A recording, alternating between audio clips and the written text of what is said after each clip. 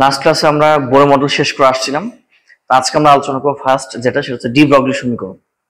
প্রথমে আমরা দেখবো ডি ব্রগলি সমীকরণ।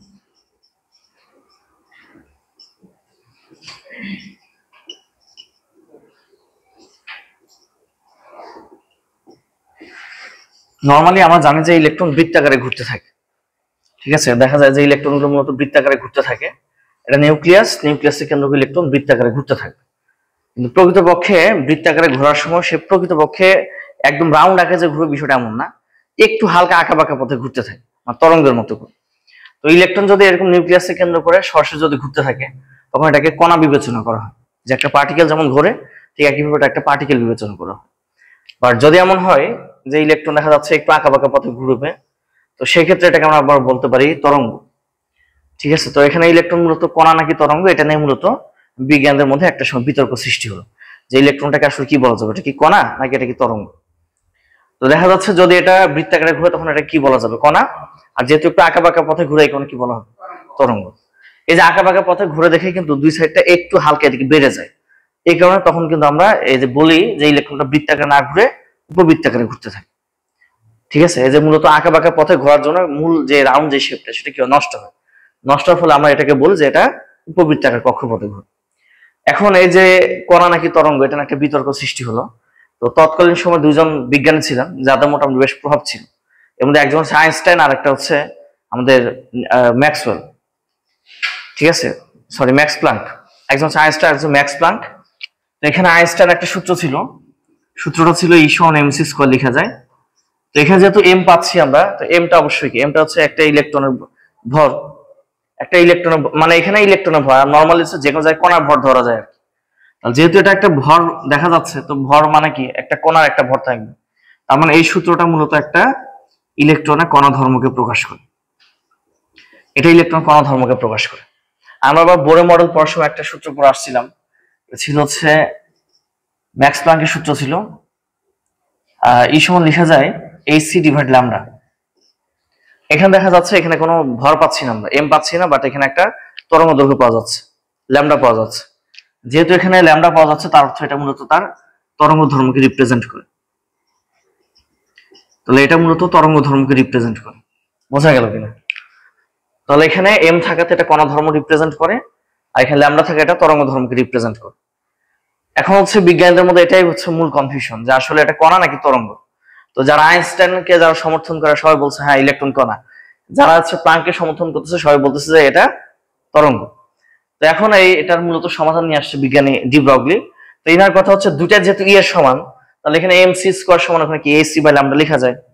তাহলে এখান থেকে আমরা লিখতে পারবো, দুই জায়গা থেকে আমরা অর্ধেক অর্ধেক করে নিচ্ছি আর কি, মানে যেহেতু দুটা এর সমান, তাহলে এখানে লেখা যাবে mc² সমান লেখা যাচ্ছে এখানে hc/λ, এখান থেকে লেখা যাবে। এখন যদি লক্ষ্য করি একটা করে সি কাটা যাবে, তাহলে এখানে একটা সি থাকবে, তাহলে এখান থেকে লেখা যায় mc সমান h/λ। এখান থেকে আমরা লিখতে পারবো ল্যামডা সমান লেখা যায় h/m/c, এটা লেখা যায়। কথা হচ্ছে যে আসলে সি তো আলোর বেগ, তো পৃথিবীর কোনো কিছু কোনো আলোর বেগে চলতে পারে না। পৃথিবীর কোনো কিছু যেহেতু আলোর বেগে চলতে পারে না, তার মানে একটা লিজেন্ড নাকি। যে ফেসবুকে পাই এখন দেখা যায় যে সব ছোটখাটো বিষয় লিজেন্ডদের ডাকবেন না, তো এটা একটা ছোটখাটো বিষয় হয়ে দাঁড়াইছে। তো ছোটখাটো বিষয় সিকে নিয়ে আসা যাবে না, কিছু বিষয় স্পেশাল থাকে, এটাকে কখনো চেঞ্জ করা হয় না। এখন ধরে নাও কথার কথা যে দেখা যাচ্ছে যে কোন একটা জাতীয় দলে 10 নম্বর জার্সি ধারে একটা প্লেয়ার ছিল, মানে এতটাই ভালো খেলতো যে ধরো ওর জন্য পুরো দেশকে মানুষ চেনে। এখন দেখা যাচ্ছে ওই লোকটা মারা গেছে কোনো ক্রমে, ওরা চাইলে কিন্তু এই কাজ করতে পারে যে ওই জার্সি নাম্বারটা অন্য কাউকে দিবে না, তার সম্মান হচ্ছে, কারণ সে ওই দেশের একটা লিজেন্ড ছিল। তো ওই রকম দেখা যাচ্ছে এই যে সিটাকে আমরা সম্মান করে সিটাকে অন্য কোথাও আমরা ইউজ করবো না, সি শুধুমাত্র আলোর বেগ। কিন্তু এখানে তো হচ্ছে আলোর বেগ নিয়ে আমরা কাজ করবো না, আমরা এখানে কাজ করছি ইলেকট্রন বেগ নিয়ে। সো এখানে একটা নর্মাল বেগ হিসেবে আমাকে ভি নিতে হবে। আমরা সি নিয়ে না নিয়ে আমরা কি করবো, এখান থেকে আমরা সি পরিবর্তে নিচ্ছি ভি, তাহলে লেখা যাচ্ছে ল্যামডা সমান h/m/v। এটাই হচ্ছে আমাদের ডি ব্রগলি সমীকরণ। লিখে উঠুন। তো ডি ব্রগলি সমীকরণটা মূলত হচ্ছে দেখা যাচ্ছে যে এখানে আমার আইনস্টাইনের সমীকরণ এবং প্লাঙ্কের সমীকরণ, এই দুইটা হচ্ছে কম্বাইন করলে ডি ব্রগলি সমীকরণটা পাওয়া যায়। এখন ডি ব্রগলি সমীকরণ যেটা, এখান থেকে ল্যামডা এইচ হচ্ছে প্লাঙ্কের ধ্রুবক, এটা তো আমরা জানি। এখানে ল্যামডা দ্বারা বোঝায় তার তরঙ্গ ধর্ম, আর এমভি যেটা বা ভরবেগ, এটা দ্বারা বোঝায় তার কণা ধর্ম। তাহলে এখানে ল্যামডা যেটা, এই ল্যামডা দ্বারা বোঝাবে তার তরঙ্গ ধর্ম, ল্যামডা দ্বারা বোঝাবে তার তরঙ্গ ধর্ম, আর এমভি যেটা, এমভি দ্বারা বোঝাবে তার কণা ধর্ম। ঠিক আছে, এখানে ল্যামডা দ্বারা বোঝায় তরঙ্গ ধর্ম, এমভি দ্বারা বোঝায় কণা ধর্ম। তাহলে এখন খেয়াল করো তো ল্যামডার এমভিটা কি পরস্পর ব্যস্তানুপাতিক কিনা। ব্যস্তানুপাতিক যদি হয় তাহলে কিন্তু আমরা বলতে পারবো যে অ্যাকচুয়ালি তরঙ্গ ধর্ম এবং কণা ধর্ম পরস্পর ব্যস্তানুপাতিক। তরঙ্গ ধর্ম এবং কণা ধর্ম যেটা, এই দুটো হচ্ছে পরস্পর ব্যস্তানুপাতিক, এটা বলা যায়। তাহলে এখানে আমরা দেখতে পাচ্ছি কণা ধর্ম এবং তরঙ্গ ধর্ম ব্যস্তানুপাতিক। এখন এই ডি ব্রগলির সমীকরণ আসলে কাজটা কি? ডি ব্রগলির সমীকরণের মূল কথা যেটা আমরা একটু আগে বললাম যে আসলে ইলেকট্রন কণা নাকি তরঙ্গ, এটা নাকি বিতর্ক ছিল। ডি ব্রগলির এই কথা মূলত সমীকরণটা হচ্ছে এই বিষয়টা একটা সমাধান দিয়ে ফেলছে আমাদেরকে। আমরা যদি একটু লক্ষ্য করি তো মূলত এখানে কিন্তু আমরা ল্যামডা পাচ্ছি, এই পুরো সমীকরণটা আমাদের ল্যামডা পাওয়া যাচ্ছে, তার অর্থ কি তরঙ্গ ধর্ম আছে। আবার এখানে এমভি পাওয়া যাচ্ছে, তার অর্থ কণা ধর্ম পাওয়া যাচ্ছে। তাহলে মূল কথা হচ্ছে যে আসলে এই সমীকরণটা বোঝাচ্ছে একটা ইলেকট্রনের তরঙ্গ এবং কণা উভয় ধর্ম বিদ্যমান। ঠিক আছে, তাহলে এই সমীকরণের মূল কথা ইলেকট্রন কি কণা ধর্ম আছে, আবার তরঙ্গ ধর্ম পাচ্ছি আমরা। তাহলে এটা নিয়ে কিন্তু একটা সমাধান হয়ে গেল যে ইলেকট্রন কণা এবং তরঙ্গ উভয় ধর্ম প্রকাশ করতে পারে। এই কারণে এটাকে আরেকটা নাম বলা হয় দ্বৈত নীতি বলা হয়। এটাকে বলা হয় ইলেকট্রনের দ্বৈত নীতি বলা হয়। একে বলা যায় ইলেকট্রন দ্বৈত নীতি। দ্বৈত শব্দ অর্থ কি? Dual character. তাহলে এখান থেকে বোঝা গেল যে আসলে ইলেকট্রনের কণা এবং তরঙ্গ উভয় ধর্ম আছে। বাট এখানে একটা কথা, যখন একটা ইলেকট্রন তরঙ্গ ধর্ম যে পরিমাণ প্রকাশ করবে তার জন্য কণা ধর্ম প্রকাশ করা ততটা কঠিন বা কম প্রকাশ করবে। আবার যখন সে কণার মতো আচরণ করবে, সে তরঙ্গের মতো আচরণ করবে তুলনামূলক কম। অর্থাৎ এখানে একটা আরেকটা কি হবে? ব্যস্তানুপাতিক। তাই এখান থেকে একটা শুধু কথা লিখে রাখো, ইলেকট্রন কণা এবং তরঙ্গ উভয় ধর্ম বিদ্যমান। ডি ব্রগলি সমীকরণ মূল কথা হচ্ছে ইলেকট্রনের কণা এবং তরঙ্গ উভয় ধর্ম থাকবে। ইলেকট্রনের কণা এবং তরঙ্গ উভয় ধর্ম বিদ্যমান।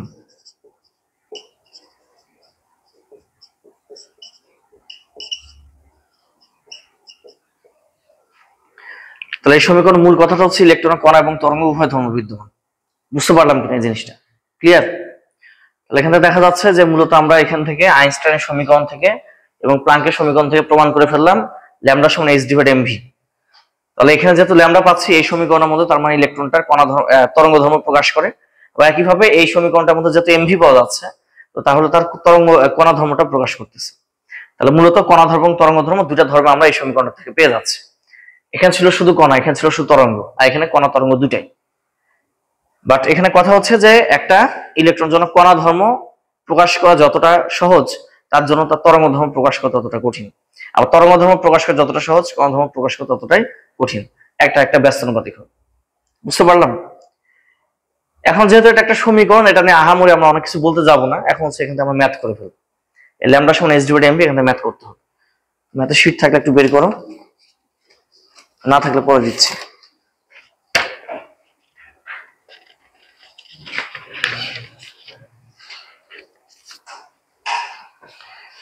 সব একটু শীট বের করো।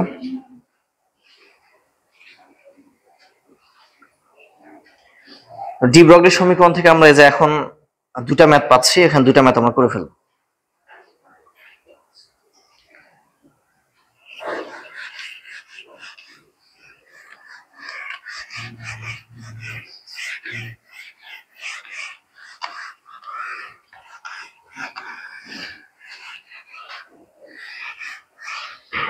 মুছে দিলাম। এক নম্বর ম্যাথটা যদি আমরা একটু পড়ি, এক নম্বর ম্যাথে বলা হচ্ছে 1 কেজি ভরে একটি বস্তুর বেগ 1 কিলোমিটার পার আওয়ার, তরঙ্গ দৈর্ঘ্য কত? ভর দেওয়া ছিল এখানে 1 কেজি, আর বেগ দেওয়া আছে এখানে 1 কিলোমিটার পার আওয়ার। তাহলে দেখো এখানে এক নম্বর যে ম্যাথ আমি লিখে দিচ্ছি এখানে। তাহলে এখানে সূত্র ছিল আমাদের ল্যামডা সমান লেখা যায় h divide m into v লেখা যাবে। এখানে বস্তুটা ভর দেওয়া ছিল 1 কেজি, এমটা দেওয়া ছিল 1 কেজি, আর বেগটা দেওয়া ছিল 1 kilometre per hour. 1 kilometre per hour, 1 kilometre per hour. এই দুটা তথ্য আমাদের দেয়া আছে এখানে। এখানে বের করতে হবে ল্যামডা পরিমাণটা কত, অর্থাৎ তরঙ্গ দৈর্ঘ্য কত। এখন কথা হচ্ছে 1 কিলোমিটার পার আওয়ার নিয়ে তো আমি ম্যাথ করতে পারবো না, হয় এটাকে মিটার পার্সেন্ট হয়তো সেন্টিমিটার পার্সেন্ট বানাইতে হবে। তো এখানে যেহেতু কেজি দেখা যাচ্ছে, কেজিটা কিসের একক? এটা ভরে এসে একক, এটাকে এসে এককে নিতে হবে। তাহলে অ্যাকচুয়ালি 1 কিলোমিটার পার আওয়ার এই কথাটার অর্থ কি? এই কথার অর্থ হচ্ছে 1 kilometre divided 1 hour. 1 kilometre divide 1 hour না? তাহলে এখানে 1 কিলোমিটার মানে কি? এখানে 1000 মিটার, আর আওয়ার মানে কত? 3600 সেকেন্ড।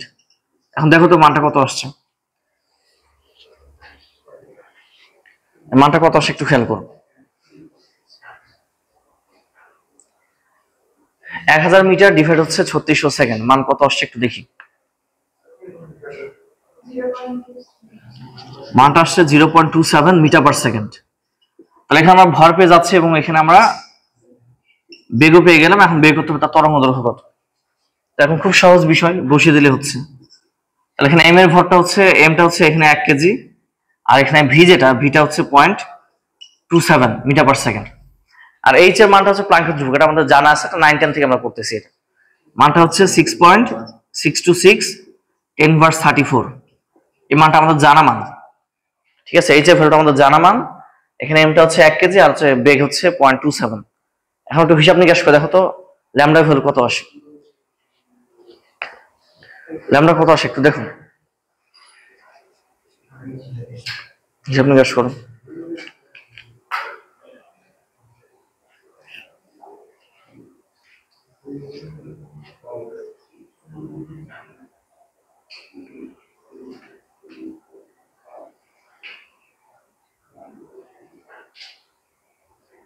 কত আসছে দেখছো? 2.45 10⁻³ ওকে। যেহেতু পুরো ম্যাথটা আমরা এসে এককে করলাম, সেখানে ল্যামডার মানটা কিসে আসবে? মিটার এককে আসবে না? এটা অ্যান্সার। তাহলে ম্যাথটা বোঝা গেল কিনা সবাই একটু এদিকে তাকাও, আমি ম্যাথটা আরেকবার বুঝিয়ে দিই। এখানে বলা হচ্ছে যে 1 কেজি ভরে বস্তুর বেগ দেওয়া ছিল 1 কিলোমিটার পার আওয়ার। তো 1 কিলোমিটার পার আওয়ার রাখা যাবে না, এটাকে আমরা মিটার পার সেকেন্ডে কনভার্ট করলাম। 1 কিলোমিটার মানে 1000 মিটার, আর এখানে পার আওয়ার অর্থাৎ হচ্ছে 3600 সেকেন্ড দ্বারা ভাগ করতে হবে। মিটার পার সেকেন্ড নিলাম, ল্যামডা বের করতে হবে। তো যেটা 1 কেজি, এটা হচ্ছে 0.27 মিটার পার সেকেন্ড। এটা ছিল এইচ, প্লাঙ্কের ধ্রুবকের মান। এটা 9-10 থেকে আমরা পড়ে আসছি এই মানটা। দেন হিসাব নিকাশ করলে মানটা চলে আসবে 0। 2 নম্বর কোশ্চেন বলা হচ্ছে একটি কণার তরঙ্গধর্ম 2.33 × 10⁻15 মিটার। একটি কণার তরঙ্গধর্ম 2.33 10⁻15 মিটার, কণা ধর্ম কত? তো কণা ধর্ম মানে কি বের করতে বলছে? ভরবেগ, ঠিক আছে। কণা ধর্ম অর্থ কিন্তু ভরবেগ বের করতে হবে। একটু দেখো 2 নম্বর যে ম্যাথ, এখানে লেখা যায় ল্যামডা সমান h ডিভাইড mv লেখা যায় এখান থেকে। তাহলে এখানে আমাদের দেয়া ছিল কণা ধর্ম, কণা ধর্ম অর্থ হচ্ছে ল্যামডা দেয়া আছে এখানে, কণা ধর্ম অর্থ ল্যামডা দেয়া আছে এখানে। তাহলে এটা দাঁড়াচ্ছে 2.33 10⁻15 মিটার, এটা দেয়া ছিল। বসে এখানে তার কণা ধর্ম অর্থাৎ এমভি এর পরিমাণটা এমভি বের করতে হবে এখান থেকে আমাদের। তাহলে খুবই সহজ এটা। এমভি সমান লেখা যায় h ডিভাইডেড ল্যামডা। তো ল্যামডা ভ্যালু এখানে দেয়া ছিল এখানে 2.33 10⁻15, আর এখানে এইচ এর যে মানটা, এই যে মানটা হচ্ছে 6.626 10⁻34। বাস, যা আসে ওটাই হবে आंसर। একটু দেখো কত আসছে, 2.10⁻19। তাহলে এত, তাহলে এখন যেহেতু এখানে আমরা এমভি বের করলাম, তাহলে এমভি এর একক কি? এম এর একক কিলোগ্রাম, ভি এর একক মিটার পার সেকেন্ড। তাহলে এককটা দাঁড়াচ্ছে কেজি মিটার পার সেকেন্ড। এটা হচ্ছে आंसर। বুঝতে পারলাম কিনা ম্যাথ? তাহলে এখানে আমাদের দেয়া ছিল তরঙ্গ ধর্মের মান ল্যামডা, না তরঙ্গ ধর্মের ল্যামডা দেয়া ছিল, এখানে বের করতে বললো তার কণা ধর্ম এমভি বের করতে বললো। তাহলে এখানে আমরা এমভি এর পরিমাণটা বের করে নিলাম, বাস ম্যাথ শেষ। এখন এই যে আমরা ডি ব্রগলি সমীকরণটা যে পড়লাম, এর কি কোনো কাজ আছে কিনা? হ্যাঁ, এর একটা কাজ আছে। ওই যে আমরা যে বোরের যে দ্বিতীয় প্রস্তাব পড়ে আসি, কৌণিক ভরবেগ mv সমান nh ডিভাইড 2 পাই, এই সমীকরণটা খুব সহজে আমরা এই ডি ব্রগলি সমীকরণের সাথে প্রমাণ করতে পারবো। এটা কিন্তু প্রমাণ করা যায়। আমরা যে বলি যে কোন একটা ইলেকট্রনের কৌণিক ভরবেগের মান h ডিভাইডেড 2 পাই এর পূর্ণ সংখ্যা গুণিতক, প্রায় এই কথাটা বলি আমরা। তো পূর্ণ সংখ্যা গুণিতক এটা কিন্তু আমরা বের করতে পারবো। এটা বের করা যায় মূলত হচ্ছে ডি ব্রগলি সমীকরণের সাহায্যে। তারপর সমীকরণটা একটা কাজ আছে সমীকরণটা, হ্যাঁ। এখন চলো আমরা একটু অ্যাপ্লিকেশন দেখি। একটা লিখো, ডি ব্রগলি সমীকরণের সাহায্যে, ডি ব্রগলি সমীকরণের সাহায্যে ডি ব্রগলির সমীকরণের সাহায্যে ইলেকট্রনের কৌণিক ভরবেগ নির্ণয়। ডি ব্রগলি সমীকরণের সাহায্যে ইলেকট্রনের কৌণিক ভরবেগ নির্ণয়।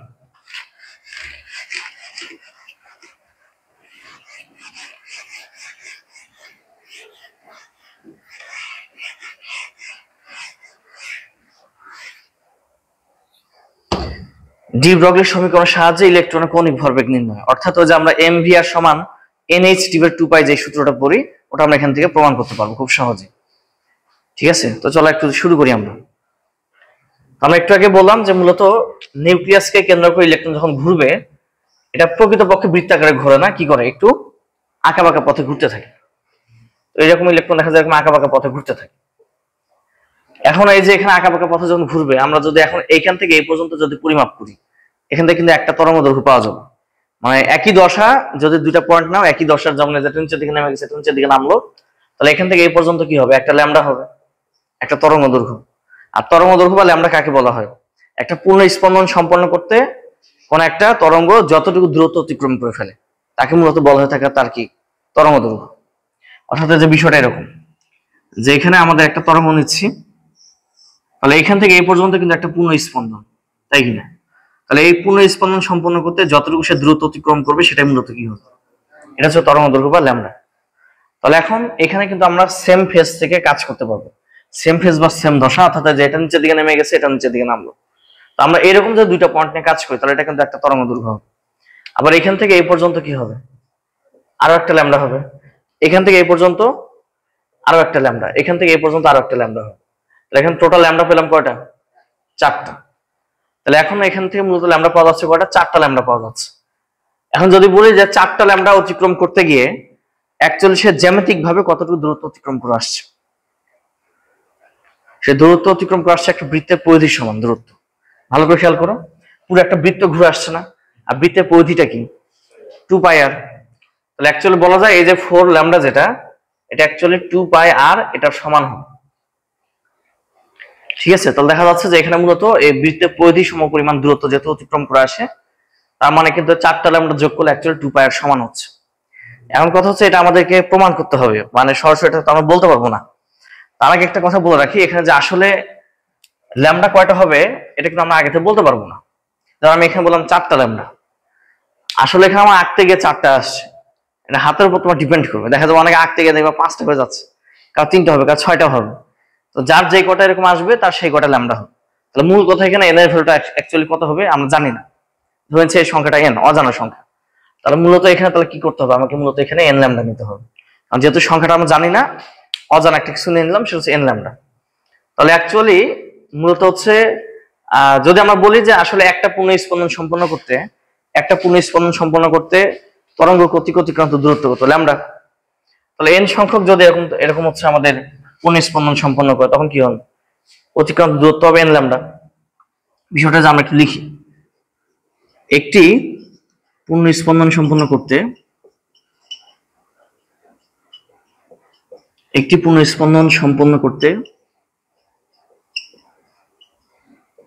অতিক্রান্ত দূরত্ব,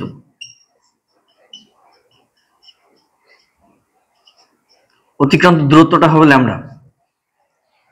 এই যে যেটা বললাম একটা পূর্ণ স্পন্দন সম্পন্ন করতে অতিক্রান্ত দূরত্ব কত, ল্যামডা। এখন এখানে কতগুলো করবে আমি তো জানি না, তাহলে ধরে নিব কি এন।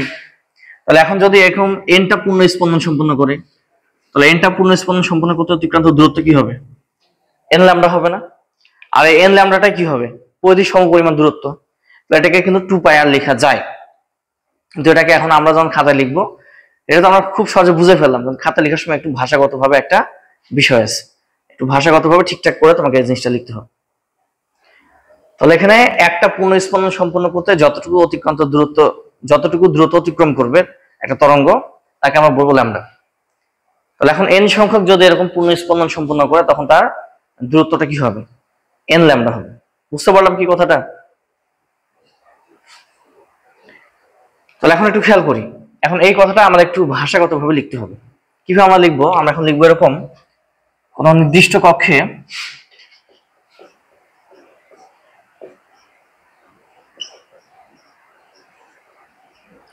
নির্দিষ্ট কক্ষে এন সংখ্যক পূর্ণ তরঙ্গ বা পূর্ণ স্পন্দন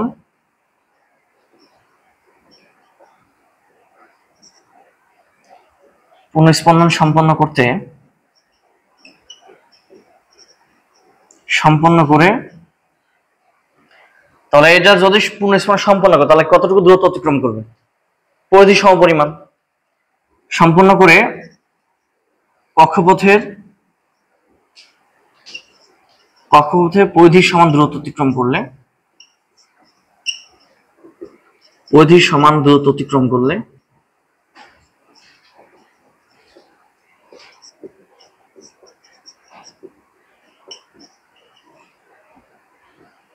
দূরত্ব অতিক্রম করলে এবার কি লেখা যাবে? এবার কিন্তু লেখা যাবে যে এখানে আমাদের এই যে 2πr, যেটা 2πrটা ছিল কি পরিধি, তাহলে এখানে এনটা পূর্ণ স্পন্দন সম্পন্ন করার অর্থ কি? এন ল্যামডা হবে, দূরত্বটা হবে এন ল্যামডা। তাহলে এন ল্যামডা ক্ষেত্রে দেখা যাচ্ছে কক্ষপথের পরিধি সমান দূরত্ব অতিক্রম করে, তার মানে কি লেখা যাবে? 2πr সমান এন ল্যামডা লেখা যায়। তাহলে মূলত হচ্ছে এখানে যা কিছু বললাম এটা এখন ভাষাগতভাবে এখানে লিখে ফেলছি আমরা। একটু খেয়াল করো যে এই কথাটার দ্বারা, এই ভাষাটার দ্বারা এটা লেখা যায় কিনা। লেখা যাবে এটা। তো একটা নির্দিষ্ট কক্ষে যদি এন সংখ্যক এরকম পূর্ণ স্পন্দন সম্পন্ন করে, আর সম্পন্ন করতে গিয়ে সে যদি এখন পরিধির সমপরিমাণ দূরত্ব অতিক্রম করে আসে, তাহলে এখানে পরিধির মানটা 2πr, এখানে অতিক্রান্ত এন সংখ্যক ল্যামডার জন্য অতিক্রান্ত দূরত্ব কত? N lambda. তো 2πr সমান লেখা যাচ্ছে এন ল্যামডা। বুঝতে পারলাম কিনা এতটুকু? এখন আমরা যদি খেয়াল করি, একটু আগে আমরা একটা সূত্র পড়ে আসলাম, ল্যামডা সমান ছিল h divided m into V ছিল, অর্থাৎ হচ্ছে আমাদের ডি ব্রগলি সমীকরণ, যেটা ল্যামডা সমান কি লেখা যায়? ল্যামডা সমান h divided m into V. এখন আমরা ওই কাজটা করবো, এখানে জাস্ট ল্যামডা পরিবর্তে আমরা ডি ব্রগলি সমীকরণটা অ্যাপ্লাই করব। তাহলে এখান থেকে লিখবো আমরা এরকম, 2πr সমান লেখা যায় এখানে n ইনটু এই যে ল্যামডা সমান, একটু আগে আমরা পড়ে আসলাম ল্যামডা সমান কি ছিল? ল্যামডা সমান h divided m into V, এটা ছিল। তাহলে এখান থেকে লেখা যাচ্ছে n into h divided m into v লেখা যায়। এটা তো লেখা যায় কিনা এটা ল্যামডা পরিবর্তে? মাত্র এটা পড়লাম। এখন এই 2π আর হচ্ছে 2π এবং হচ্ছে mv, এটাকে একটু এক্সচেঞ্জ করে নাও। mvটাকে এখানে আসো 2π কে নিচে নিয়ে যাও, তাহলে কি হবে? mv ইনটু r, উপরে nh নিচে 2π। তাহলে এখান থেকে লেখা যাচ্ছে অতএব mv, এখানে নিয়ে চলে আসলাম, এর সাথে r ছিল গুণ অবস্থায়, উপরে হবে n ইনটু h আর 2π চলে যাবে নিচে, তাহলে 2π। দেখো এই যে ইলেকট্রন কৌণিক ভরবেগ সূত্রটা কিন্তু প্রমাণ হয়ে গেল। বুঝতে পারলাম কিনা? বোঝা গেল? তো এটা কিন্তু হচ্ছে আমাদের একটা ডি ব্রগলি সমীকরণ একটা অ্যাপ্লিকেশন ছিল, অর্থাৎ কোন কাজে লাগে সেটা আমরা কিন্তু দেখতে পেলাম। তাহলে এখন যে আমরা এখন পড়বো হাইজেনবার্গ অনিশ্চয়তা নীতি। তো এখন অনিশ্চয়তা নীতিটা কি সেটা একটু লিখে নাও আগে। একটু লিখো, কোন একটি ঘূর্ণায়মান ইলেকট্রনের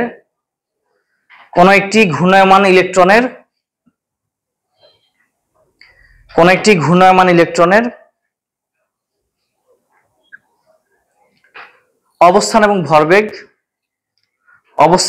ভরবেগ কোন একটি ঘূর্ণায়মান ইলেকট্রনের অবস্থান এবং ভরবেগ যুগপথ নির্ণয় করা সম্ভব না। যুগপথ মানে কি? একসাথে। হ্যাঁ, তাহলে একটু লিখো, কোন একটি ঘূর্ণায়মান ইলেকট্রনের অবস্থান এবং ভরবেগ যুগপথ নির্ণয় করা সম্ভব নয়। লিখে ফেলছি? আচ্ছা, এখন বিষয়টা একটু আমরা বুঝাই। দেখো, তো এখানে উনি একটা সমীকরণের মাধ্যমে জিনিসটা দেখার চেষ্টা করছে। আচ্ছা, সমীকরণ সেটা পরে, সমীকরণটা আমরা একটু দেখি আগে। দেখো, সমীকরণটা ছিল এরকম, ডেল এক্স ইন্টু এই যে del p greater than or equal দেখাইছে h ডিভাইড 4π, এটা দেখাইছে উনি। তো এখানে ওনার কথা হচ্ছে যে এখানে ডেল এক্স, যেটা ডেল এক্সটা হচ্ছে অবস্থানের অনিশ্চয়তা, এখানে ডেল এক্সটা হচ্ছে অবস্থানের অনিশ্চয়তা। অনিশ্চয়তা মানে যে জিনিসটা ভুল থাকবে, অবস্থানের অনিশ্চয়তা। ডেল পিটা হচ্ছে ভরবেগের অনিশ্চয়তা, এটা হচ্ছে ভরবেগের অনিশ্চয়তা।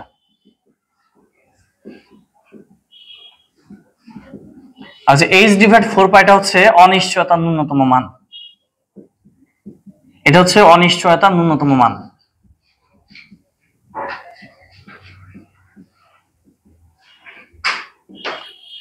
তাহলে এখানে ডেল এক্স দ্বারা বোঝাচ্ছে অবস্থান অনিশ্চয়তা, ডেল পি দ্বারা বোঝায় ভরবেগ অনিশ্চয়তা, আর h ডিভাইড 4π বলতে বোঝাচ্ছে অনিশ্চয়তার ন্যূনতম মান। এখন এই যে অবস্থান অনিশ্চয়তা, ভরবেগ অনিশ্চয়তা বিষয়টা আসলে কেমন? এখন ধরে নাও আমরা এই যে এই ফ্যানটা এখন দেখা যাচ্ছে আমরা এখানে 3টা পাখা আছে, আমি করলাম কি এটাকে 1 নাম্বার, এটা 2 নাম্বার, এটা 3 নাম্বার দিলাম, দিয়ে বললাম 5 মিনিট ধরে ফ্যানের দিকে তাকায় থাকো, একটু পর তোমাকে বলতে হবে কোন পাখা কোথায় আছে। 5 মিনিট করে 1 ঘন্টাও যদি তোমাকে দেওয়া হয়, একটু পর যদি ফ্যানটা ফুল স্পিডে চালায় দিই, এখন তোমাকে বলো 3 নাম্বার পাখা ঠিক এই মুহূর্তে কোথায়, বলা যাবে? কেন? তোমরা 5 মিনিট ধরে দেখছিল একটু আগে। বলা সম্ভব না। 1 ঘন্টা ধরে দেখলেও সম্ভব না, কারণ যে অঞ্চল যে পাখা ঘুরতেছে একটা অস্তিত্ব বোঝা যাবে, কিন্তু পাখার নাম্বারটা আমরা বুঝতে পারবো না। প্রচন্ড গতিতে কি করতেছে, পাখাটা ঘুরতেছে। সর্বোচ্চ আমরা কি করতে পারি, ঠিক এই মুহূর্তে আমরা পাখাটা বেগ নির্ধারণ করতে পারবো, কিন্তু তার অবস্থানটাকে নির্ণয় করা সম্ভব হচ্ছে না। তাহলে বোঝা গেল যখন আমি অবস্থান নির্ণয় করতে চাইবো তখন কিন্তু বেগটা নির্ণয় করা যাবে না। আবার এখানে যদি আমি বেগ নির্ধারণ করি তাহলে কিন্তু অবস্থান নির্ণয় করা যাচ্ছে না। এখন আমি যখন অবস্থান নির্ণয় করবো তখন যে বেগ নির্ধারণ করা তার একটু উদাহরণ দিই। ধরুন একটা ট্রেন যাচ্ছে, মোটামুটি গতিতে যাচ্ছে, তোমাকে আমি চট করে বললাম এই বলতো ট্রেনের 6 নম্বর বগিটা এই মুহূর্তে কোথায় আছে। চট করে বলে এই যে 6 নম্বর বগি, সত্যি সত্যি ওখানেই ছিল 6 নম্বর বগিটা। বললাম আচ্ছা তুমি যখন 6 নম্বর বগি বলছিলাম আমার এইখানে, ওই সময় ট্রেনের গতিবেগ কত? বলবে তা তো খেয়াল করি নাই। তাহলে বোঝা গেল আমি যখন অবস্থান দিকে মনোযোগ দিচ্ছি ভরের দিকে, বেগের দিকে। আরেকটু আগে আমি বলছিলাম যে ছোট বস্তুর ক্ষেত্রে কি করা যায় না, বেগ বা ভর আলাদা করে হিসাব করা যাবে না, ভর বেগে একসাথে হিসাব করতে হবে। তাহলে এখন যখন আমি অবস্থানটা বের করে ফেলছি, ঠিক ওই মুহূর্তে কিন্তু আমি কি করতে পারবো না, বেগটা ঠিক মতো আমি বলতে পারবো না, বা ভর বেগটা বলতে পারবো না। আর যখন আমি ভর বেগ বের করছি বা বেগ বের করছি, ওই মুহূর্তে কিন্তু তার অবস্থান বলা যাচ্ছে না। এটাকে বলছে যে দুটা একসাথে নির্ণয় করা যায় না। এখন যদি যায়, হ্যাঁ যদি যায়, অবশ্যই মান ভুল হবে। এটাকে বলছে অনিশ্চয়তা। তার মানে এই ডেল এক্সটা আমি একটা অবস্থান আজাইরা বলে দিলাম, ভুল হতেই পারে। ডেল পিটা কি আমি একটা ভরবেগ বলে দিলাম, আজাইরা বলে দিচ্ছি, ভুল হতেই পারে, কারণ দুটো একসাথে বলতে গেছি। কারণ তোমাকে যদি বলা হয় যে ট্রেনের বগিটা যখন তুমি বললা ওর মধ্যে বেগ কত, তোমাকে মিশে একটা বলে দিল 6 মিটার পার সেকেন্ড বেগে চলতেছিল, কিভাবে বুঝলাম? আপনি ম্যাপে দেখেন। তারপর আজার একটা মান বলে দিছে, দুইটা মান যখন একসাথে বলতে যাচ্ছে অবশ্যই একটু না একটু ভুল কি হবে। এবং এখন আমাকে বের করতে ভুলের মান কতটুকু।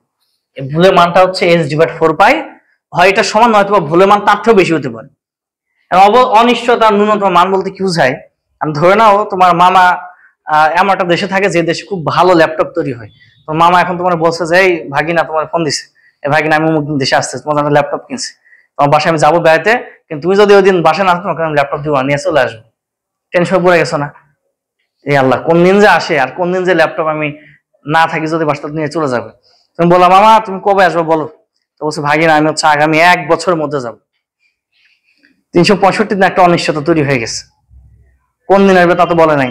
মামা ওকে বাদ দাও, বহুত দিন, তুমি বলো কোন দিন আসবা, বলছে আমি আগামী বছর ফেব্রুয়ারি মাসে আসবো। আবার একটা 28 দিন অনিশ্চয়তা তৈরি হয়েছে, অনিশ্চয়তার মান কিন্তু কমে আসলো, অনিশ্চয় কিন্তু 0 হবে না, ভুল কিন্তু হবেই, মান কমে আসছে 28 দিন। আমি বললো না মামা 28 দিন তুমি কোন দিন না কোন দিন আসো, আমার তো ওই দিন কাজ থাকতে পারে। তো বললো ভাগিনা আমি ফেব্রুয়ারি ঠিক 14 তারিখে তোমার বাসায় যাবো। আমি এখন চিন্তা করছি 14 তারিখ, হ্যাঁ রে খুব ভালো কথা, হঠাৎ করে মনে করছে আমার কাজ আছে তো ওই দিন। হ্যাঁ ওই দিন তো কাজ আছে, একজনের সাথে দেখা করা লাগবে আমার। তখন চিন্তা করলাম মামা আমার দিন কাজ আছে, তুমি একটা নির্দিষ্ট টাইম দাও, কখন আসবো, দুপুর আগে না দুপুরে পরে? তো আমি এই দুপুরে আগে চলে আসবো। দুপুর মানে মোটামুটি আমার 2টা পর্যন্ত দুপুর বলি আর কি, তারপর থেকে ভাবি যে দুপুর পার হয়ে গেছে। তো এখন তুমি চিন্তা করলা যে দুপুর 2টার দিকে আসবে, ভালো কথা, তাও তো একটা অনিশ্চয়তা আছে, কয়েক ঘন্টা একটা অনিশ্চয়তা আছে। দুপুর 2টার মধ্যে বলছে, বললাম মামা ওটা বাদ দাও, তুমি ঠিকঠাক মতো বলো কখন আসবা, কারণ আমার একটা কাজ আছে, হয় কাজটা সেরে এসে তোমার ল্যাপটপ নিবো, ল্যাপটপটা বাসায় তোমার থেকে নিয়ে রেখে তারপর কাজে যাবো। তো আমি 1টা থেকে 2টার মধ্যে চলে আসবো। আবার একটা 60 মিনিট একটা অনিশ্চয়তা তৈরি হয়েছে, না মামা 2টার দিকে আসলে হবে না, বলো কখন আসবা, বলছে আমি 1:30টার পর আসবো। 1:30টার দিকে বললে হবে না, ঠিকঠাক বলো কয়টার দিকে আসবা, তো বলছে আমি আগামী বছর 14 ফেব্রুয়ারিতে ঠিক দুপুর 1:45 চলে আসবো। এর অনিশ্চয়তা নাই, এর নিচে অনিশ্চয়তা নাই, কেন? এবার সেকেন্ডে চলে আসবে, তুমি বলবা আমার কত সেকেন্ডে আসবা। তাহলে এখানে অনিশ্চয়তা ন্যূনতম মান বলতে বোঝাচ্ছে কি এই মিনিট, এর নিচে কি আর অনিশ্চয়তা নাই, কিন্তু অনিশ্চয়তার অ্যাকচুয়াল মান বের করতে তার থেকে অনেক বেশি। এই কারণে অনিশ্চয়তা মান সবসময় বেশি হয়, অথবা ন্যূনতম যে মান তার কি হয় সমান। তাহলে এই চিহ্নটা ব্যাখ্যা বুঝতে পারছি কেন দেওয়া হয়েছে এটা। তাহলে এখন এই del x into del p h/4π, এটা দ্বারা বোঝাচ্ছে অনিশ্চয়তার ন্যূনতম মান, আর এগুলো হচ্ছে অনিশ্চয়তা কি, এগুলো হচ্ছে আমাদের মান, মানে এগুলো হচ্ছে অনিশ্চয়তা মান, এটা হচ্ছে ন্যূনতম মান। এখন এই অনিশ্চয়তা মানগুলো যদি গুণ করি, মানে যে ভুলের যে মানগুলো হবে, এই ভুলের মানগুলোকে যদি গুণ করে ফেলি, তাহলে মানটা হয় এটা সমান হবে না, তো তার থেকে বড় হবে। এই যে একটা ধ্রুব রাশি পা একটা ধ্রুব রাশি, এগুলো সবগুলো গুণ টুন করে যে মান পাওয়া যায়, হয় সেটা সমান অথবা তার থেকেও বেশি। তো এটাকে পরবর্তীতে দেখা যায় এইভাবে, ডেল এক্স ইন্টু হচ্ছে তোমার এম ডেল ভি লিখা যাবে এখান থেকে। এখন আমরা কিন্তু ডেল্টা এম ভি লিখতে পারবো না, পি মানে তো আমরা জানি এম ভি, কিন্তু আমরা তো জানি কোনো বস্তু ভর তো চেঞ্জ হয় না, এখন ভরটা এরকম থাকবে, বেগ চেঞ্জ হয়, লিখা যায় h/4π, এটা লিখা যাচ্ছে। এখন আমি যত কিছু বললাম এটাকে আমি আরেকভাবে বুঝাইতে পারবো, একটু খেয়াল করো। আমি এখানে একটা বড় সড় একটা তরঙ্গ দৈর্ঘ্যের মতো কিছু একটা নিলাম, একটা জায়গায় নিলাম হচ্ছে এরকম। এখন তোমাকে আমি বললাম যে এইখান থেকে এই পয়েন্ট, একটু মনোযোগ দাও, এইখান থেকে এই পয়েন্ট এর মধ্যে আমরা ধরে নিলাম এটা হচ্ছে অবস্থান অনিশ্চয়তা। তোমাকে আমি বললাম যে এতটুকুর মধ্যে আমি একটা বিন্দু দিব, যে কোনো একটা জায়গায় বিন্দু দিব, এখানে দিতে পারি, এখানে দিতে পারি। তাহলে এখানে যেহেতু জায়গা অল্প, তাহলে কি খুঁজে পাওয়ার সম্ভাবনা বেশি না? দেখো তোমাকে যদি বলি আমি এইখান থেকে শুরু করে এই পর্যন্ত হচ্ছে আমি করব কি ডেল এক্স নিলাম, তাহলে এর মধ্যে আমি যে কোনো একটা পয়েন্টে বিন্দু দিব, এখানে দেওয়া যায়, এখানে দেওয়া যায়, এখানে দেওয়া যায়। তার মানে কিন্তু খুঁজে পেতে কিন্তু আমাকে বেশ বেগ পোহাতে হবে। তার মানে এখানে কিন্তু অবস্থানটা অনিশ্চিত হয়ে পড়তেছে, এখানে অবস্থানটা মোটামুটি সুনিশ্চিত। তাহলে বলা যায় এখানে অবস্থানের অনিশ্চয়তার মানটা কি? আমরা সুনিশ্চিত নিয়ে কোনো কথা বলবো না, সবসময় অনিশ্চিত যেটা সেটা নিয়ে কথা বলবো। তাহলে এখানে যদি অবস্থানটা মোটামুটি সুনিশ্চিত হয়, তাহলে অনিশ্চয়তার মানটা কি? কম না? ওখানে অনিশ্চয়তার মানটা বেশি। তাহলে এখানে বলা যাচ্ছে এটা বৈশিষ্ট্য। তাহলে কি বললাম, যেহেতু ছোট জায়গা, ছোট জায়গার মধ্যে এখানে অবস্থান অনিশ্চয়তা কম, আর এখানে অবস্থান অনিশ্চয়তা হচ্ছে তুলনামূলক বেশি। তাহলে এখান থেকে বলা যায় এখানে হচ্ছে অবস্থানের অনিশ্চয়তা হবে কম। এখান থেকে আমরা বলতে পারবো এখানে অবস্থানের অনিশ্চয়তা কি হবে? এখানে হবে কম, আর এখানে অবস্থানের অনিশ্চয়তাটা কি? তুলনামূলক বেশি। এখানে অবস্থানের অনিশ্চয়তা বেশি হবে।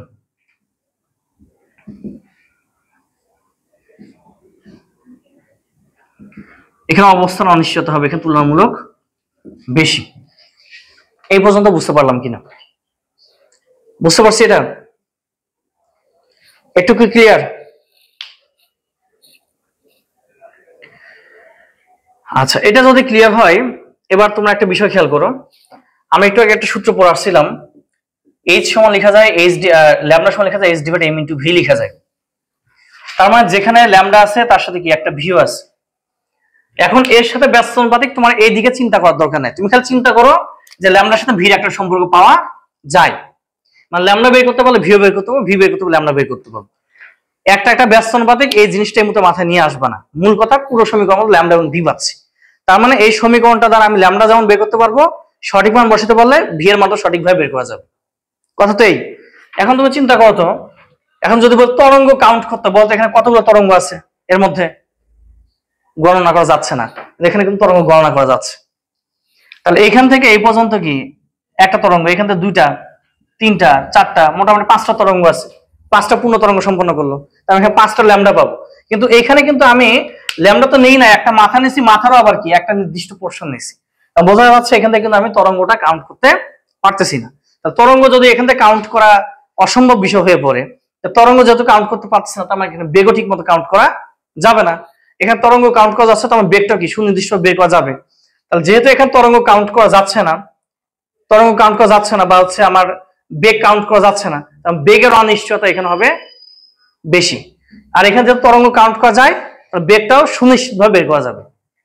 যেটা সুনিশ্চিত সেখানে অনিশ্চয়তা কম, যেখানে সুনিশ্চয়তা কম এখানে অনিশ্চয়তা বেশি। দেখা যাচ্ছে এখানে কোনো বেগটা সহজে আমি নির্ধারণ করতে পারবো না, কারণ এখানে তরঙ্গ কাউন্ট করতে পারতেছি না। তরঙ্গ কাউন্ট করতে পারলে তো আমি বেগ কাউন্ট করতে পারবো। কথা কি বুঝতে পারতেছো? তরঙ্গ কাউন্ট করতে পারলে বেগ কাউন্ট করা যাবে। এখানে যেহেতু তরঙ্গ কাউন্ট করা যাচ্ছে না, কারণ আমরা পুরো একটা তরঙ্গ নেই নাই, না নিয়ে ওই মাথার আবার কি একটা নির্দিষ্ট অংশ নিচ্ছি। আর এখানে কিন্তু অনেকগুলো তরঙ্গ কাউন্ট করা যাচ্ছে। তাহলে এখানে যেহেতু তরঙ্গ কাউন্ট করা যাচ্ছে না, বেগও কাউন্ট করা যাবে না, তাহলে এখানে বেগের অনিশ্চয়তা কি হবে? এখানে বেশি হবে। আর বেগ তো বলতে পারবো না, আমরা কি বলবো? ভরবেগ। তাহলে এখানে বলা যায় ভরবেগের অনিশ্চয়তা কি হবে? বেশি হবে। এখানে তো বলা যাবে ভরবেগের অনিশ্চয়তা বেশি। আর এখানে যেহেতু সহজে কাউন্ট করা যাবে, তার মানে অনিশ্চয়তাটা এখানে তুলনামূলক কম হবে। তাহলে এখানে আমরা বলতে পারবো ভরবেগের, এখানে আমরা বলতে পারি ভরবেগের অনিশ্চয়তা কম। তাহলে এখান থেকে একটা বিষয় ক্লিয়ার না, যে আসলে দুই জায়গা থেকে একটা জিনিস বুঝলাম, যে আসলে ডেল্টা এক্স আর ডেল্টা পি পরস্পর কি হবে? ব্যস্তানুপাতিক না? তাই বোঝা যাচ্ছে কিনা? ভালো করে খেয়াল করো তো, ব্যস্তানুপাতিক কিনা। যেখানে আমি যত সহজে আমি এখানে অবস্থান বের করতে পারবো, তার জন্য ভরবেগ বের করা কঠিন। ভরবেগ সহজে বের করতেছি, তখন কি অবস্থান বের করা কঠিন। আমি দুটো পরস্পর কি হবে? পরস্পর হবে এটা ব্যস্তানুপাতিক। বুঝতে পারলাম? এখানে দেখো তাই কিন্তু চলে আসবে। তুমি এখন যদি দেখো এখান থেকে যদি আরেকটা বিষয় তুমি লক্ষ্য করো, ডেল এক্সটা এখানে রেখে দিলা, আর এই পাশে এইচ ডিভাইডেড, যে এইচ ডিভাইড তোমার 4 পাই, হ্যাঁ, ইন্টু হচ্ছে এম ইন্টু ডেল ভি। এতটুকু তো পুরোটাই তো ধ্রুব রাশি। ধ্রুব রাশি যদি এখন সমান টমান সবকিছু বাদ দিয়ে আমরা লিখতে পারি ডেল এক্স সমান by m into del v লেখা যায় না? তাহলে ওটাই তো দাঁড়াচ্ছে যে সত্যি সত্যি কিন্তু কি হচ্ছে এখানে অবস্থান এবং ভরবেগ পুরোটা কি দুটাই ব্যস্তানুপাতিক। তার মানে একটা যত সহজে বের করতে পারবো একটা বের করতে পারলে অবশ্যই কি হবে, ভুল হবে। এটাকে বলা হচ্ছে যে দুটা একই সাথে বের করা কি না সম্ভব না, বা যুগপৎ ভাবে নির্ণয় করা যায় না। এটা ছিল হচ্ছে হাইজেনবার্গ অনিশ্চয়তা নীতির মূল কথা। বুঝতে পারছি? এখন বলতে পারো এই ঘন্টা সূত্র দেখি কোনো কাজে আসবে? এমন একটা জিনিস কাজে আসবে যেটা তুমি কোনদিন আগে শিখো না। ইলেকট্রন কোথায় অবস্থান করে বলতো দেখি? নিউক্লিয়াসে অবস্থান করে না? করে না? আচ্ছা যদি করে, করবে না, তার প্রমাণ বলো এখন তাহলে আমাকে। ইলেকট্রন যে নিউক্লিয়াসে অবস্থান করবে না তার প্রমাণ দেখাতে হবে আমাকে। প্রমাণ দেখাতে পারবা কেউ? এটা সাহায্যে পৃথিবীতে একটা জিনিস দিয়ে দেখা যায়, সেটা হচ্ছে হাইজেনবার্গ অনিশ্চয়তা নীতি। এটা একটা অ্যাপ্লিকেশন আছে। ওই যে ওখানে যেমন আমরা একটা কাজ দেখলাম না একটু আগে, যে বোরের দ্বিতীয় আবার কি করা যায়, বোরের যে দ্বিতীয় যে প্রস্তাব ছিল সেটা প্রমাণ করা যায়। একইভাবে এখান থেকে প্রমাণ করা সম্ভব ইলেকট্রন নিউক্লিয়াসে অবস্থান করবে না। প্রমাণ দেখাচ্ছি, লিখো লিখো। ইলেকট্রন নিউক্লিয়াসে অবস্থান করবে না তার প্রমাণ। ইলেকট্রন নিউক্লিয়াসে অবস্থান করবে না তার প্রমাণ। তাহলে সূত্রটা বোঝা গেছে এটা? হ্যাঁ, বুঝতে পারলাম এটা। এখন যে নিউক্লিয়াসে যে ইলেকট্রন অবস্থান করবে না তার একটু প্রমাণ দেখাই আমরা।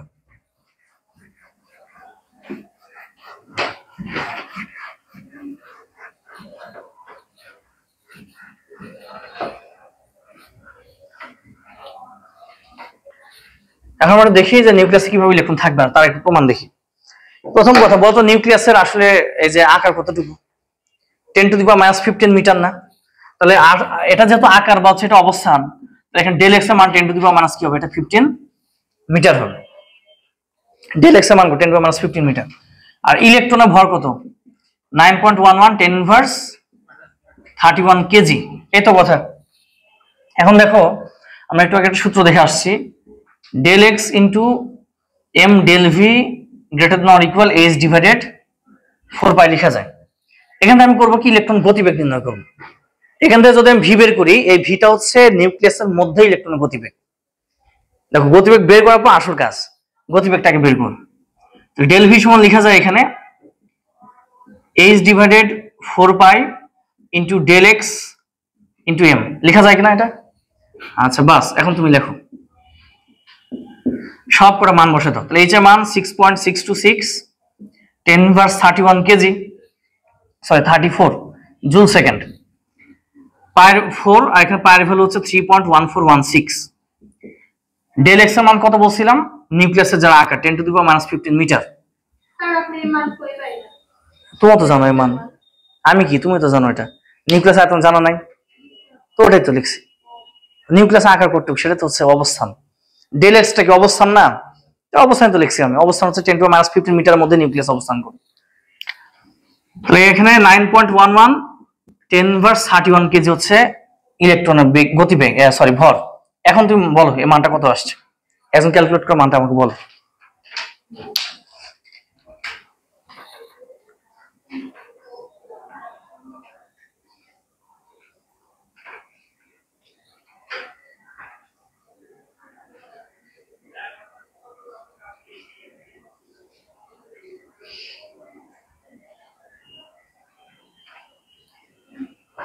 বলে মানটা কত আসছে চট করে বলো তো। মানটা আসছে 5.78 10⁻10। এত কি হবে? Metre per second. এই তো। তার মানে যদি এতটুকুর মধ্যে যদি ইলেকট্রন থাকতে চাই, তাহলে আমরা জানি যে হচ্ছে একটা পরমাণুর পুরো পরমাণু যেটা তার যে মান, পুরো পরমাণু যে আকার সেটা কত? 10⁻⁻8 সেন্টিমিটার বা 10⁻10 মিটার। আর এর মধ্যে যে নিউক্লিয়াস থাকে সেই নিউক্লিয়াসের মান হচ্ছে 10⁻15 মিটার। এটা হচ্ছে নিউক্লিয়াসের আয়তন এটা। আর এটা হচ্ছে পুরো পরমাণুর আয়তন, মানে আকার আর কি, আয়তন না, মূলত আকার। এখন এখানে যদি কোনো একটা ইলেকট্রন অবস্থান করতে চায় তাহলে একে প্রচন্ড বেগে ঘুরতে হবে, এবং যে মানটা ন্যূনতম এ মান অথবা তার থেকে বেশি বেগে ঘুরতে হবে।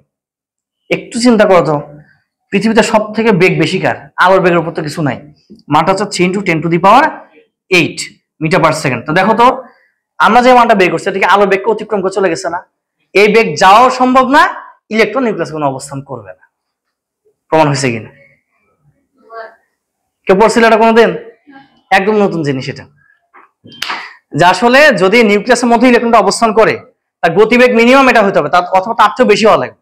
আর যে মানটা অলরেডি আলোর বেগকে অতিক্রম করে চলে গেছে, আমি একটু আগে একটা ম্যাথ করলাম, আলোর বেগের 5% বেগ নিয়ে ইলেকট্রন চলতেছে, আর এই বেগটা হচ্ছে আলোর বেগের মোটামুটি প্রায় অনেক গুণ বেড়ে গেছে, কিন্তু 10⁸, 10⁻10, মানে 100 গুণ পার হয়ে চলে গেছে, মোটামুটি 100 গুণ প্রায় হয়ে গেছে মোটামুটি ধরা যায়। তাহলে 100 গুণ যদি বেশি হয়, হ্যাঁ ওটা তো সম্ভবই না, আলো বেগে যায় না। তার মানে ইলেকট্রন যদি এতটুকু জায়গার মধ্যে থাকতে চায় এই বেগ নিয়ে ঘুরতে হবে, যেটা সম্ভব না, কারণ ইলেকট্রন নিউক্লিয়াসে অবস্থান করে না। ক্লিয়ার? তার মানে বুঝতে পারছো হাইজেনবার্গ অনিশ্চয়তা নীতির কাজ আছে কি নাই, বুঝতে পারলাম? আচ্ছা, এবার আমরা পড়বো শ্রোডিঞ্জারের সমীকরণ নিয়ে। এবার আলোচনা করবো শ্রোডিঞ্জারের সমীকরণ নিয়ে।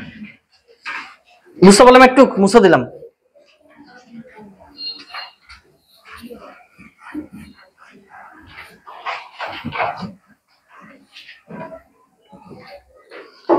এবার লিখো শ্রোডিঞ্জারের সমীকরণ।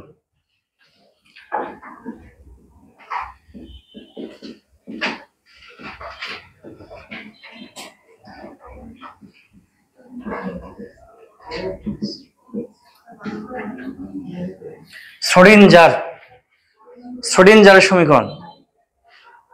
প্রথম কথা হচ্ছে এই সমীকরণে পিএইচডি করার কোনো দরকার নেই। এই সমীকরণে আমাদের বইয়ে কোনো আলোচনা নাই, জাস্ট আমাদের বইটাতে শুধু শ্রোডিঞ্জার সমীকরণ পরিচিতি দেখাইছে, ওই পর্যন্ত শেষ। তা আমরা মোটামুটি একটু পরিচিতি পর্যন্ত দেখবো, বেশি আলোচনা করতে যাব না। এটা প্রমাণ হচ্ছে, আমি অনার্সে দেখছিলাম, এটা প্রমাণ মোটামুটি প্রায় 2 পৃষ্ঠা, এটা খালি প্রমাণ আছে। তা আমরা প্রমাণ করতে যাব না, সমীকরণটা দেখলে বুঝবা হেভি মজার সমীকরণ এটা। শ্রোডিঞ্জার সমীকরণটা হচ্ছে ডি স্কোয়ার সাই, এই চিহ্নটা নাম হচ্ছে সাই চিহ্ন। হ্যাঁ, সাই, ওই যে ভন্ড সাধুদের কাছে একটা ত্রিশূল থাকে না, ওই টাইপের। এই চিহ্নটা হচ্ছে সাই চিহ্ন। D square psi divided d x square plus d square psi divided d y square plus d square psi divided d z square plus 8 pi square m divided h square into e minus u into psi. খুশি তো এতটুকু নাকি আরো একটু যাবো? আচ্ছা, আর যাবো না, ঠিক আছে। মজার বিষয় কি জানো, এবার তো শুনে মেজাজ খারাপ হয়ে যাবে। এত বড় একটা জিনিসের মান হচ্ছে প্রিমিয়াম সাইজের 0। তাহলে এই সমীকরণ আসলে কাজ কি? এই সমীকরণ কাজ হচ্ছে জিরোর যে দাম আছে এর দাম প্রতিষ্ঠা করা। জিরো তো আমার দামই দিন, এত বড় জিনিসের মান কি হয়ে যাচ্ছে? 0 হচ্ছে। তো কেমিস্ট্রি ছাড়লে উচিত খাতাতে আসলে কোনো স্টুডেন্টের খাতা 0 না দিয়ে এখান থেকে এ পর্যন্ত লিখে দেয়া, কেউ যদি ভুল লেখে এখান থেকে এ পর্যন্ত লিখে দেয়া, তাই না? একটু কেমিস্ট্রি ভাব চলে আসলো। কথা হচ্ছে আমাদের কিন্তু এই সমীকরণের কোনো প্রমাণ নাই আমাদের বই। এরপর আরো কিছু কাজ আছে, ওটা নিয়েও কোনো আলোচনা নাই। আর সাই স্কোয়ার আসবে এখান থেকে, সাই স্কোয়ার আলোচনাটাও নাই। আমরা এখন যে কাজটা করবো, শুধু এই সমীকরণটা একটু পরিচিত জানার চেষ্টা করবো, কোনটা দ্বারা কি বুঝাচ্ছে, শুধু একটু পরিচয় জানবো। প্রথম বিষয়, এই সাই চিহ্ন দ্বারা বোঝাচ্ছে ইলেকট্রনের তরঙ্গ ফাংশন। এটা দ্বারা বোঝায় ইলেকট্রনের তরঙ্গ ফাংশন।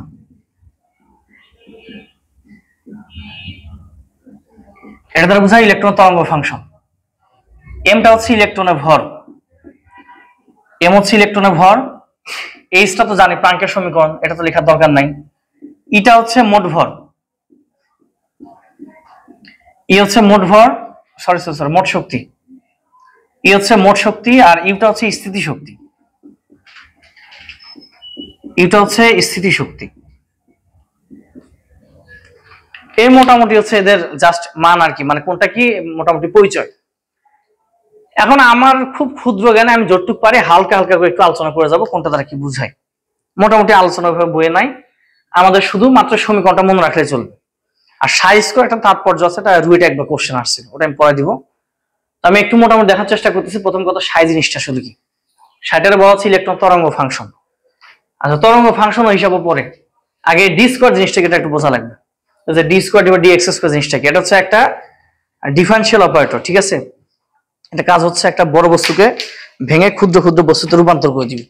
একটা বড় পাথর আছে, পাথরকে ভাঙলাম, ভেঙে ভেঙে ক্ষুদ্র ক্ষুদ্র টুকরা টুকরায় রূপান্তর করে ফেলছে, ঠিক আছে? ধরুন যে সাদা পাথর খুব এখন আলোচিত, সাদা পাথর থেকে বললাম কি বড় একটা পাথর নিয়ে আসছি, এক টুকরা পাথর নিয়ে আসছি, নিয়ে আসার পর বললাম কি টুকরা টুকরা করে ভাগ করছি, ঠিক আছে? টুকরা টুকরা করে ভাগ যখন করতেছি, এই যে এই ডি বাই ডিএক্স, ডিডিএক্স, এই জিনিসটা ধরো আমাদের সে হচ্ছে কথা বলে একটা তলোয়ার। এটা হচ্ছে এমন একটা জিনিস, এটাকে তলোয়ারের সাথে মানে সাদৃশ্য, মানে মিল রাখা যায় আর কি। এটা মূল কাজ হচ্ছে কোন একটা বস্তুকে ভাগ করে দেয়া। এখানে যদি আমরা কোন একটা ইনপুট দিই, এখানে সুন্দর মতো এখানে আমরা করবো একটা আউটপুট পাবো। এখানে যদি একটা ইনপুট দেওয়া হয় কি পাওয়া যাবে, এখানে একটা আউটপুট পাওয়া যাচ্ছে। যেমনটা কি কথার কথাটা যদি একটা ব্লেন্ডার মেশিন হয়, এখানে একটা কমলা দিলাম জুস পেয়ে গেলাম, ওই টাইপের বিষয়। তাহলে ইনপুট দিলাম কমলা, পেয়ে গেলাম কমলা জুস, এটা হচ্ছে আউটপুট। তাহলে এখন ধরে নাও সাদা পাথর থেকে একটা সাদা পাথর, বড় একটা পাথর নিয়ে আসছি, নিয়ে বড় পাথর এখানে রাখলাম, যে ডিডিএক্স দিয়ে এখানে আঘাত করছি অনেকগুলো টুকরো টুকরো ভাগ হয়ে গেছে। এখন আমি ওই ভাগ করেও শান্তি পাচ্ছি না, চিন্তা করলাম ওরে বাবা সাদা পাথর, ধর আমি একটা পাথর নিয়ে আসি সিলেট থেকে, এ নিয়ে এসে অনেকগুলো ভাগ করছি, করার পর দেখা গেছে আমি চিন্তা করছি যে আমি 10টা স্টুডেন্টকে দিব, 10টা স্টুডেন্টকে 10টা পাথর টুকরা দিব, কিভাবে পরীক্ষা নিব, যে 10 জন ফার্স্ট হবে সেই 10 জনকে একটা করে পাথর টুকরা দিব, সাদা পাথর বলে কথা। তোমরা এখন বায়ান ধরছো না, ওগুলো চলবে না, প্রত্যেককে টুকরা দিতে হবে একটা করে। এখন করবো কি, ওই যে মাঝারি সাইজে যে একটা করে টুকরা হয়েছে, আগে যে ইনপুট পাইছিলাম ওর উপর আরেক দফায় কি করতে হবে, পিটাইতে হবে হাতুড় দিয়ে, তাহলে কি হবে, আরো ছোট ছোট টুকরো হবে না? ওই কাজটা করা হচ্ছে দ্বিতীয়বারের মতো অন্তর, অর্থাৎ এই ডিডিএক্স টা আমরা আরেকবার আমরা এখানে অ্যাপ্লাই করব। এবার এখানকার আউটপুটটাকে কি করতে হবে, এখানকার ইনপুট হিসেবে ইউজ করতে হবে।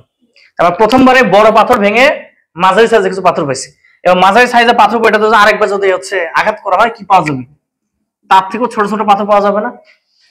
তাহলে বলতো এই যে ডিডিএক্স বা যে আমি তলোয়ার, এটা কতবারের মতো, কততম বারের মতো আমি ইউজ করলাম, দ্বিতীয়বার, এই কারণে মূলত এখানে স্কোয়ার চলে আসে। তৃতীয়বার যদি হয় তাহলে কয়বার হবে, 3, মানে 3 আসবে। তার অর্থ হচ্ছে এটা, এখন তার অর্থ কি একটু দিকে তাকাও, এটা অর্থ হচ্ছে এক্স অক্ষের সাপেক্ষে আমরা এই তরঙ্গ ফাংশনকে দ্বিতীয়বারের মতো আমরা কি করছি, ডিফারেন্সিয়েশন করছি, ভাগ করতেছি। আর কথা হচ্ছে এখানে পুরো ইকুয়েশনটা সলভ করে এখানে আমরা সাই পাবো, এখান থেকে একটা সাই স্কোয়ার পাওয়া যায়, বা সাই স্কোয়ারটা আমাদের এখানে আলোচনা করা নাই। এখন আসি সাই জিনিসটা কি, তাহলে ডিডিএক্স কি বুঝতে পারছি এটা। এখন এই সাই জিনিসটা কি, সাইটা হচ্ছে ইলেকট্রন তরঙ্গ ফাংশন। ইলেকট্রন তরঙ্গ ফাংশনটা কেমন, পেন্ডুলাম দেখছি না, সরল দোলক, হ্যাঁ সরল দোলক নিয়ে যে টোকা আছে তো আমার কাছে, এই যে আছে, এই যে সরল দোলক আছে, এটা কত কাজ করলাম, পরমাণু ইলেকট্রন বানায় ঘুরেছে, দেখো সরল দোলক, হ্যাঁ এই যে করলাম কি আস্তে টোকা মারলাম, ওইদিকে খালি গিয়ে কিন্তু এখানে অবস্থান করে, আবার এদিকেও কি করছে আসছে, আবার এখানে ছেড়ে দিলাম, ওইদিকে গিয়ে কিন্তু এখানে অবস্থান করে, আবার এদিকেও কিন্তু কি করে আসবে, দেখো আসবে, তো দুই দিকে আসতেছে না। এখন ধরে নাও আমরা করলাম কি একটা পেন্ডুলাম নিলাম, নিয়ে এখানে আমি একটা ছোট টোকা দিলাম, এখানে যতদূর গেছে তাহলে সাম্যবিন্দু ছিল এখানে, এখান থেকে এই পর্যন্ত চলে গেল, যতটুকু গেল এটাকে বলা হয় তার বিস্তার বলা হয়, অ্যামপ্লিটিউড বলা হয়, ঠিক আছে। তাহলে এখান থেকে যদি এখন আমরা একটা সরল দোলক দেখি, একটা সরল দোলক এখানে বাধা ছিল, এই সরল দোলকটা নিয়ে আমি করলাম কি এখানে একটা ছোট্ট করে কি করলাম, একটা আঘাত করলাম, আঘাত করা মাত্র এই যে পর্যন্ত চলে আসছে, তাহলে এটা কিন্তু এখানে চলে আসছে এখানে, তাহলে এটা এতটুকু কি বলবো আমরা, বিস্তার বলবো। তাহলে এখান থেকে এই পর্যন্ত চলে গেছে, এটাকে আমরা বলছি বিস্তার। আবার এখানে গিয়ে কি আজীবন কি এখানে অবস্থান করতেছে নাকি ব্যাক করতেছে, আবার সাম্যবিন্দুতে চলে আসতেছে, তাহলে এটা আবার কি করে, পেছন দিকে ব্যাক করে। আবার এখানে সে কিন্তু ক্ষান্ত না, এটা আবার কি করছে, আরো পেছন দিকে ব্যাক করতেছে, ঠিক আগের অপোজিট ডিরেকশন, তার মানে এটা কিন্তু আবার কি করতেছে, এদিকেও চলে আসতেছে, তাই কিনা। এখন আমি প্রত্যেকটা ঘটনা তোমাকে আলাদা আলাদা করে দেখাচ্ছি। তাহলে এতটুকু কি বলতেছে, এটা হচ্ছে বিস্তার, অ্যামপ্লিটিউড। এখন আমি করলাম কি, এই দিকটাতে নিচ্ছি আমরা অ্যামপ্লিটিউড, এই দিকটাতে নিচ্ছি আমরা সময়। তার মানে একটা আমরা কি করতেছি, এখানে বিস্তার বনাম সময় একটা গ্রাফ তৈরি করতেছে এখান থেকে, ঠিক আছে। মনোযোগ দিয়ে দেখো, পরে উঠান যাবে, এটা খুবই ছোট জিনিস, পরে উঠাতে পারবা। বিস্তার বনাম সময় একটা গ্রাফ তৈরি করতেছি। প্রথমে দেখা গেল যে এখান থেকে এই পর্যন্ত সর্বোচ্চ দূরত্ব যতটুকু গেছে, তারপর আস্তে আস্তে নামা শুরু করবে, একটা পর্যায়ে কিন্তু একদম যাবে না, দেখো যেখান থেকে যদি আমি টোকা দিই একটা পর্যায়ে কিন্তু একদম যাচ্ছে না, তাহলে বোঝা গেল একটা দিকে সর্বোচ্চ একটা দূরত্ব অতিক্রম করছে, ওইটাকে আমি দেখালাম এইভাবে। এরপর আবার দেখো এটা আবার এখানে সাম্য অবস্থায় চলে আসছে, এটা ছিল সাম্য বিন্দু, সাম্য অবস্থায় যেটা, এখান থেকে কিন্তু সামনের দিকে আগাবে, পেছন দিকে আসলে ব্যাক করার উপায় নাই, কারণ সময় আগাচ্ছে। এটা এখন কি করবো, আবার নিচের দিকে নেমে চলে আসবে। তাহলে এই যে এখানে যখন চলে আসলো, তার অর্থ কি, নিচের দিকে নেমে চলে আসছে। এবার আবার করবে কি, এটা আবার এদিক চলে আসবে, তার অর্থ কি, অপোজিট ডিরেকশনে ঠিক আগের পরিমাণে তৈরি করছে না। তাহলে ঠিক এটা করবে কি, ঠিক আগে যে পরিমাণ তৈরি করছে ওই পরিমাণ অপোজিট ডিরেকশনে একটা বিস্তার তৈরি করবে। আবার এখান থেকে করছে, আবার এখান থেকে সাম্যবিন্দু চলে আসছে, তাহলে এখান থেকে আবার এই পর্যন্ত কি করবে, এখন ভালো করে খেয়াল করতে, পূর্ণ একটা তরঙ্গ তৈরি করছে কিনা। তাহলে বোঝা গেল এরকম দোলক যদি নেই, পূর্ণ একটা তরঙ্গ তৈরি করতেছে। তো এরকম একটা তরঙ্গের ইলেকট্রন যখন এরকম চলতে থাকে, ওই যে আমরা একটু দেখলাম ইলেকট্রন তরঙ্গ আকারে চলে, তো এরকম একটা পূর্ণ তরঙ্গ যখন সম্পন্ন করে ইলেকট্রন, ওই তরঙ্গের যে ফাংশন, সেই ফাংশনটাকে আমরা বলি সাই। এই সাইটা হচ্ছে মূলত বিস্তার এবং সময় সাপেক্ষে যে ফাংশন, তাকে বলা হয় ইলেকট্রন তরঙ্গ ফাংশন। বুঝতে পারছি কিনা? আচ্ছা, সাইটা হচ্ছে মূলত সময়ের সাপেক্ষে বিস্তারের যে হচ্ছে ফাংশন তাকে বলা হয় ইলেকট্রন তরঙ্গ ফাংশন বা সাই। সময়ের সাপেক্ষে একটা ইলেকট্রনের বিস্তারের যে ফাংশন, ঠিক আছে, তাকে আমরা বলবো সাই বা ইলেকট্রন তরঙ্গ ফাংশন। তো সাই জিনিসটা কি বুঝতে পারলাম কিনা? বুঝতে পারছি। সাইয়ের কয়েকটা বৈশিষ্ট্য বলি। একটা বৈশিষ্ট্য হচ্ছে, দেখো এই মানটা কি ধনাত্মক না, এই মানটা ঋণাত্মক। তা বোঝা গেল সাইয়ের ধনাত্মক এবং ঋণাত্মক উভয় মানে কি পাওয়া যায়। সাইয়ের ধনাত্মক এবং ঋণাত্মক কি উভয় মানে পাওয়া যাবে। এবার যদি আমি বলি যে আমি সেম কাজ করব কিন্তু এবার সাই নিব, আমি নিব সাই স্কোয়ার নিব, তো সাই স্কোয়ার যদি নেওয়া হয় তখন গ্রাফ আর এরকম থাকবে না। সাই স্কোয়ার নিলে কিন্তু গ্রাফটা এরকম থাকবে না। একটু খেয়াল করো, আমরা সাইয়ের কিছু মান নিচ্ছি, সাই স্কোয়ারের কিছু মান নিচ্ছি। সাইয়ের মান যখন আমরা 8 নিলাম তখন এই মানটা কত হবে? 64, তাই কিনা? যদি এই মানটা -8 নিই তাও কত হবে? 64। এটা যদি আমি 9 নেই কত হবে? 81। -9 নিলেও কত হবে? 81 হবে। তাহলে বোঝা গেল সাইয়ের মান ধনাত্মক ঋণাত্মক যেটা হোক না কেন, সাই স্কোয়ার মান কোনোদিনও কি হবে না? 0 মানে কোনোদিন হচ্ছে তোমার মাইনাস হবে না। আর এটা সর্বনিম্ন মান কত হতে পারে? 0। এখানে তো 0 বসায় 0 স্কোয়ার করলে কত? 0 হবে। যদি এখানে আমি -0.1 নেই তাহলে 0.1 উপর স্কোয়ার করলে কত হবে? 0.01। এই মানটা কিন্তু ধনাত্মক হয়ে যাবে। তাহলে তুমি যত মাইনাস মান নাও মানটা কি হচ্ছে? ধনাত্মক। বাট এটা সর্বনিম্ন মান কত? 0। তাহলে এখন সাই স্কোয়ার জন্য এরকম যদি একটা গ্রাফ তৈরি করি তখন দাঁড়াচ্ছে এটা যে এরকম একটা গ্রাফ তৈরি করছি সাই স্কোয়ার জন্য। যথারীতি এদিকটাতে আমরা বিস্তার নিচ্ছি, এদিকটা নিচ্ছি সময়। এবার কিন্তু কোন ক্রমে গ্রাফটা নিচের দিকে আসার কোনো সম্ভাবনা নাই। এবং এই মানটা যদি 5 হয় ওটা হবে 25, তার মানে গ্রাফটা অস্বাভাবিক ভাবে উপর দিকে উঠবে।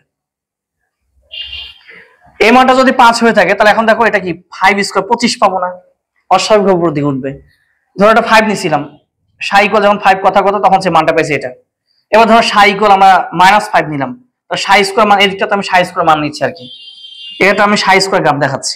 তাহলে আবারও কি হবে?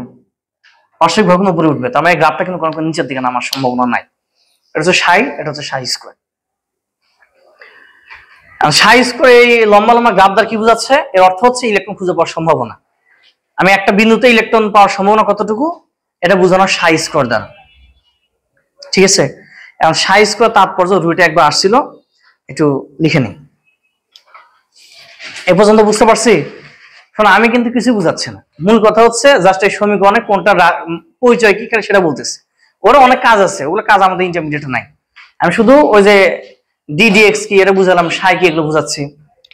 এবার একটু লিখো সাই স্কোয়ার তাৎপর্য।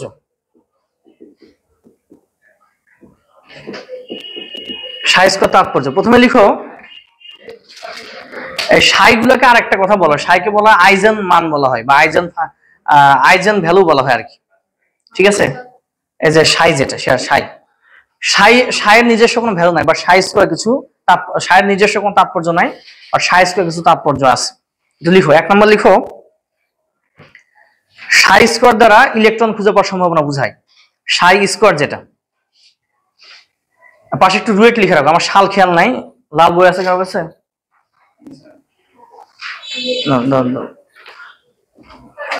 আচ্ছা পাইছি, এটা রুয়েটে কোশ্চেনটা আসছিল। হ্যাঁ, রুয়েটে এটা 2007 সালে প্রশ্ন আসছিল। সাই স্কোয়ার তাৎপর্য এটা হচ্ছে রুয়েটে আসছে 2007 সালে,